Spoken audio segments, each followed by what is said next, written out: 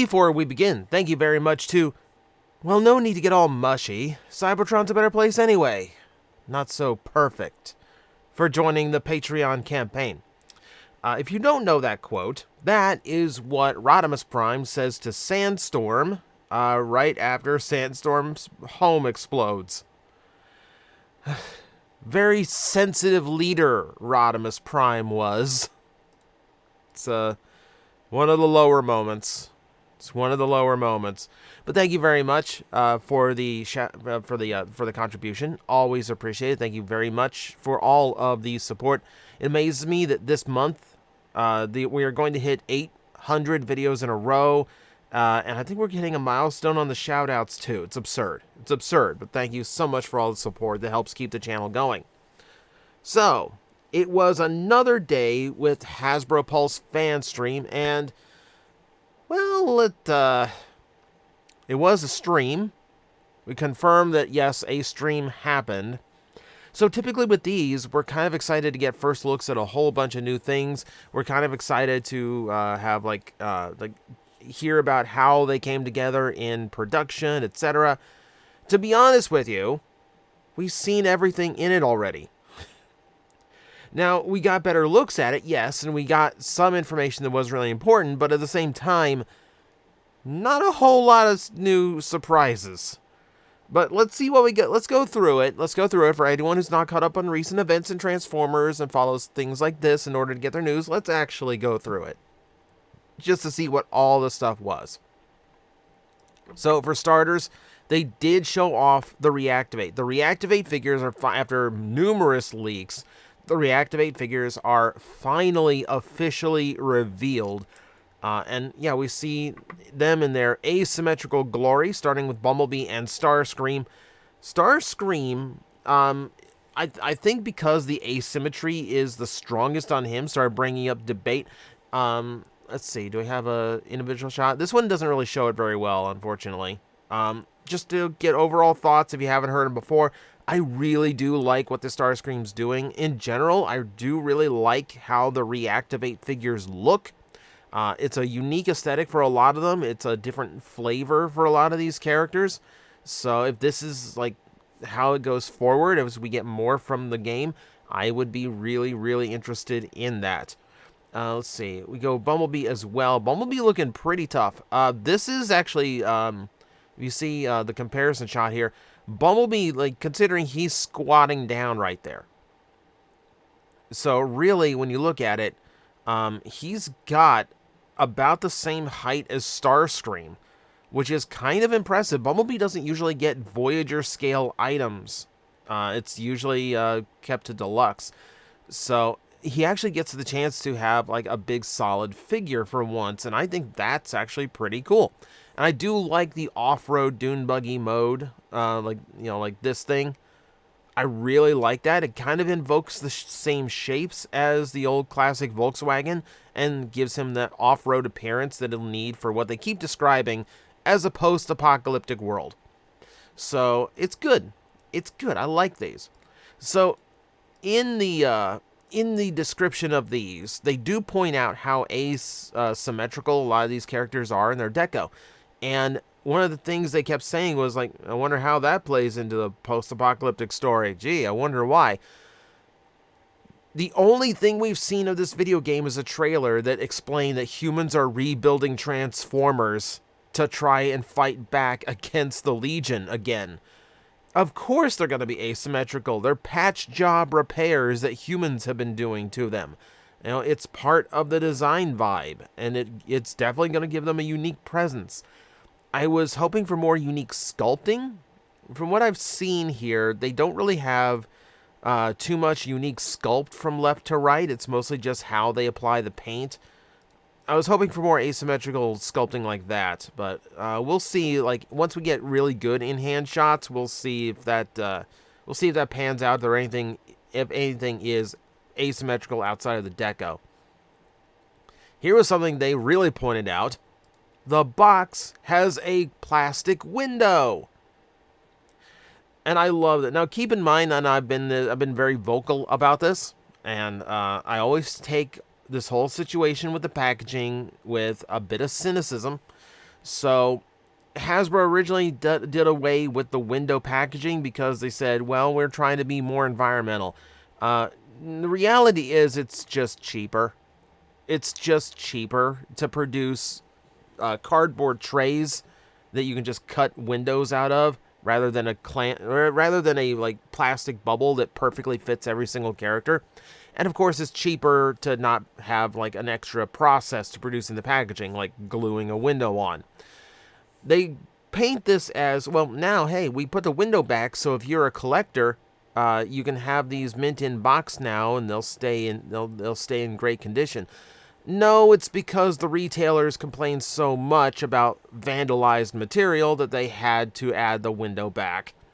But still, it's good that they're going back in this direction. Obviously, we've seen the packaging for Legacy United. That's not going to have the window. It's not going to have the plastic window. So we're hoping that whatever the series after Legacy is going to be the start of Transformers being properly back to properly sealed packaging. But suffice to say, the packaging looks nice. We've got Transformers Reactivate across the bottom. Looks good. I mean, it's definitely a very unique style for what they have on the shelves right now. Actually, really enjoy it.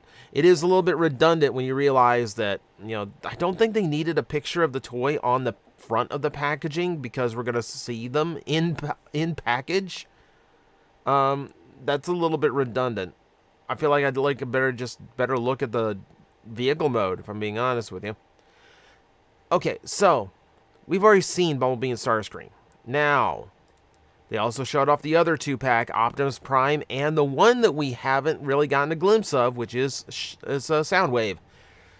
The truck mode itself looks pretty good. Soundwave has been a truck a lot these days. It's just one of his de facto vehicle modes to choose when they can't make him a cassette player. And it works. It works for him. He's got his window just as the hood, which is a nice way of hiding it. I do wish that this actually could fit some of the figures, like the more recent Studio Series cassettes or something. That's not in the cards, it looks like. But hey, it's fun. It's fun. They work the detail in. The robot mode is where we get a little bit of contention. Now, the Optimus we don't have to speak about. We did a whole thing for the Optimus Prime. It's an absolutely beautiful Optimus Prime, even removed from the fact that it's based on the video game. And it's doing different things in the transformation than most Primes do, which helps a lot. But then we get into the robot modes. And that is a unique-looking Soundwave, to say the least. One thing important to note here is that if you actually looked on the back of the box, he has way fewer steps than Optimus Prime does. I think Soundwave, even at Voyager size, only has like 16 steps. So he's not the most complex Transformer there is. So I think keeping his bits thin and svelte kind of goes into that. I don't think it looks bad per se. I think it's one of those toys that could look bad if you do something incorrect with it. Like give it a horrible pose, for instance, that shows a lot of its faults. So obviously a lot of the vehicle and a lot of the bulk in general is located toward the back of Soundwave. The arms and legs are kept very thin and simple. Looks very odd in this pose. Looks very odd. We're doing this thing now where like the hips are like the pelvis skirt is just part of the hip now. And I really think in times like this, that really hurts the overall look. I really wish they did something a little bit smoother with this. But on the other hand, when you get him in this pose, he looks fine. I think he looks fine here. I mean, the backpack's still huge, but if that's how it looks in the game, then that's how it looks in the game. That's the important thing here, is that even if it looks weird to us, it's based on how the game looks. Like, you can dislike how he looks here, that's fine. There's plenty of reason to justify that. He does look way too scrawny in a lot of spots. But keep in mind, we can't argue whether or not it's accurate to the game yet until we actually see more of the game. So temper the expectation. Temper it just a little bit and understand what they are working with here. I don't think it's bad. I do think it's the lesser of the four, but I still think it looks okay. and I still want to see how it plays and how it feels in hand. So I'm actually looking forward to this. So let's move on. Again, this is stuff we saw at the London Toy Convention. So it's a lot of stuff that we have already seen, but we can go over it now because they've actually explained more of it now. For instance, the Rumble. We have, do confirm that, like, this is from a lot of stuff that got cut from the game. And the Rumble itself is basically what you would expect. For its size and what it does, it's nice and posable. They tried to pass this off as, like, an Energon capsule or Energon container of some sort. I don't know what's wrong with just saying, like, he just folds up to fit in Soundwave. Why does he have to, like, be a thing? But it's quite posable for its size. It can do a superhero pose. Like, the ground pounders can actually reach the ground if you pose them correctly, which is nice to see. No, I kind of hope they do more of these. It's just weird that they're doing it so far removed from the Bumblebee Soundwave toy that it's designed for. I almost hope that at some point Studio Series puts a reissue out. Like, if we get a Frenzy from this too, and if they've cobbled together a Laserbeak as well, I absolutely think you're going to need a reissue of that Soundwave. I know it's not the most popular Soundwave, but we need a Soundwave that this stuff works in, which is, again, kind of where I'm like, why didn't the Reactivate work with these? Just so we can say it does. Just so we can say it works the way you expect a Soundwave to work. Okay, we've got, let's move on. Sticking with Studio Series, here's the Deluxe Wheeljack in really, really nice, clear visuals now. He looks really, really good. Yeah, they did mention that they had a big battle scene set up in London with all the characters done up the way they were, but this one wasn't announced yet, so they couldn't actually include it. Yeah, and he looks good. He actually does look really, really good for what he is. I'm actually curious because this was kind of a contention point. Like, let me just kind of cheat here. We'll break the format a little bit. Did anyone get a good screen cap of him from the side? Kind of. Okay, so the big thing for me was, like, it didn't look like he was very thick. Like, he didn't have much depth to his torso construction. It does look like he does. It might actually be that the paint and the colors actually make it look a little bit less than it is. Yeah, you can see here, like, he's got a full back that's got some extra kibble to it. Honestly, not a lot. If we're being completely honest here, like, there's the front end of the car and some of the roof, or the van rather, and some of the roof, but it looks like everything else just goes to his arms and his legs. This is my biggest thing with Studio Series, is that in order to retain the accuracy of the alt mode, they have to do these big kibble backpacks that get on my nerves so bad. I really hate transforming them, because it doesn't feel like a transformer at that point. But this is very minimal. This is not too uncommon to even like what a Generations toy does. I might get him. On any line, I might pick this one up. So yeah, this is what I was really hoping to see. I was really hoping to see what the backside looked like and how thick the toy actually was. It looks like it's going to be fine. It looks like it's going to be fine. So I'm okay. I'm perfectly okay with that. So yeah, I'm Pablo is more on my radar now. Now, moving on. We got good looks at Scorponok, our troop builder. And of course, we've seen him before. It looks nice and creepy. I am now aware of how he transforms, and I think it's actually kind of clever how, like, the entirety of his arms folds up into the scorpion claws. That kind of works. Now, they did bring up a few points, aside from just the fact that, like, there is a Predacon symbol tooled on him somewhere. So yes, he is not a Terracon, he is a Predacon. What's cool about it, or at least the info they gave us, is that the fact that, like, he's kind of this steel blue and purple color, which isn't movie accurate. So apparently, when they were in production for this movie, originally these Scorponoks were going to appear in 3 different color schemes that all homaged different retools and repaints of Scorponok. So you would have had the straight up normal Scorponok, which is what we have here and what they expected. And then you would have had Double Punch and Sandstorm. And when the movie came out, it was only Sandstorm. That's the only look they had, which is unfortunate. But you know what? It is what it is. It still looks fine in these colors, and it does give them room to repaint it into Sandstorm at some point and give us something more movie accurate as well. So it all works. It all works. So it still looks good. It still looks good. Like I've said before, I kind of don't dig Studio Series, but this is the kind where I would kind of be into it because it's not overcomplicated. It's a cool looking figure. It's doing a few unique things. This is again something that's a little bit closer to something I would get. Not a pre-order. However, I would probably jump on this if I saw it in person. Okay, what else do we have here? All right, scrap heap. Oh boy. So I was very cynical about scrap heap, I will admit. I kind of figured like this is a retool of a figure that was on normal shelves and clearance shelf and like liquidation stores at the same time, which I thought was hilarious. It was hilarious to me. However, apparently it sold out a bunch of places. Apparently the first run of them just sold, like the first order just sold out everywhere. Because now that it's a trio, everyone wants to complete the trio. And I will admit, I'm kind of curious about doing that myself. I do have a junk heap. But I don't know. I don't know. I'm not huge on the mold. It looks good.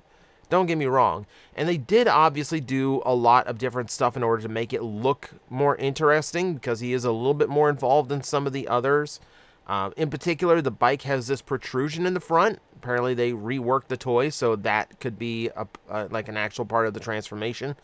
They also threw in a unique weapon accessory instead of like the buzzsaw axe or something. This is apparently Scrap Heap's production art, where this gun came from. So they wanted to throw that in just so we had a unique accessory. Okay, so that's cool. That's cool. So you give you a little bit more reason to buy it, a little bit more reason for it to be separated out. I like that. I like when they do things like that. And I will admit, seeing all three together is kind of cool. Like, I love the idea that they're expanding on what Junkions can be with the current toy line, but just seeing like a very classic trio of Junkions is also a really cool thing to see. Yeah, I don't know. I might go for it after all. I skipped it. I skipped the original pre-order, but I might go for it after all if I see it. Okay. They brought up this one. Now, to their credit, and they're being as professional as they can with these things, they did point out that this, they did try to, they didn't talk about why the chest was bigger. They didn't talk about the altered transformation. They just talked about that they really like this figure. Of course, they're going to. Of course, they're going to say they like the figure. But no, they just basically just kind of hyped it up, and they teased the fact that we're probably going to get the other two Seekers. Since we got one, we'll get the other two because that's how it always works. The one thing that they pointed out here, which I do think is kind of important, is that they did confirm that even though he does have a way of holding it in his hand, he can still do the forearm pop off and attach it the way the weapon's just transformed out of your arm in the actual game. So going forward with Studio Series Gamer Edition, they're going to make sure that all these weapons have 5mm pegs as well as the port to connect onto the arm. So you have the option, which is great. Because, while I really, really like the War for Cybertron Optimus, my one gripe is that, like, I kind of wish he had it. I know it's not how he handles it in the game. But I wish he had some way of just, like, holding that gun the way it was original, like, just like a normal rifle piece. I'm sure someone's 3D printed a fix at this point. It's been a bit. But no, to their credit, they steered away from a lot of the anger or the confusion that revolves around this Starscream. So at the very least, they have, they're being professional about it. Another reminder, they called it a accessory cocoon. I call it the accessory burrito. That these little shoulder pieces are going to be in there, which is probably an anti-vandalism thing because they just pop on with a mushroom peg. It's the only reason I can see why they wouldn't be assembled in box. So yeah, they're still hyping this thing. I hope it plays better. I'm not going to get it, but I hope it plays better for the people, for the people who do pick it up. And then they ended off on the one that I think a lot of people are like really anticipating right now. I'm really anticipating it, which is the new Megatron, and it does still look fantastic. We've seen these shots before. They did make sure to point out that, yes, this thing does triple change. And here was the thing that kind of blew my mind at first. They actually invoked the name Marauder Megatron. They actually pointed out that this is somewhat inspired by Marauder Megatron from Animated. The fact that it is a triple changer Megatron. I don't know how much of the overall design for Marauder Megatron is actually in this. It doesn't look like there's too much of it, if I'm going to be completely honest with you. But the fact that they invoke that is actually kind of cool. And it makes me wonder, like, because it's deliberate, isn't it? Because there is a triple changer Megatron that becomes a tank and a jet. It came out in Titan's Return. So if they're really just going to point out the fact that it was a triple changer that's a tank and a jet, they would have pointed to that one that's far more known. No, they jumped to Marauder Megatron, and they actually invoked an animated name. And I'm almost like there's that part of my brain that really wants to believe that that was intentional, just to see if they could spark interest if they actually mention Marauder Megatron. Because we know we're getting new animated toys. We know that Legacy United has animated toys in the lineup. They're obviously, G1-ified a little bit, but they do look nice. And if they're doing new animated toys, it does open us up. It opens us up to possibilities. Just saying. So there we go. That's the roundup. That is everything that they announced. Again, a lot of it that we've already seen before, which is a little bit disappointing. But it's nice to get good looks at it. It's nice to see, and hear the behind-the-scenes stuff about it. And, just get, confirmation of how everything is. And of course, the big takeaways were the reactivate figures and getting to see the Soundwave for the first time, getting to hear more about those. Those are up right now for pre-order at a bunch of retailers. They did mention that they are a limited release, and they did mention that the first run of them might make it to you before the holidays, even though the pre-order window says that they are expected on February. I will leave a link in the description below over to get these pre-ordered at Entertainment Earth. Does help out the channel when you order from there, and I appreciate anyone who does use my Entertainment Earth link. So, if you're interested in pre-ordering those, please do so in the description below. But until then, until we again actually get those in hand, we speculate away, and we just kind of enjoy the look that we've gotten. So, that's the recap. Thank you everyone for watching. I will see you next time. We parlay with the captain. You think a werecroc is going to listen to elvish rules of piracy? Of course it would be the freaking elves that invented parlay. I had to think of a quick replacement for the French.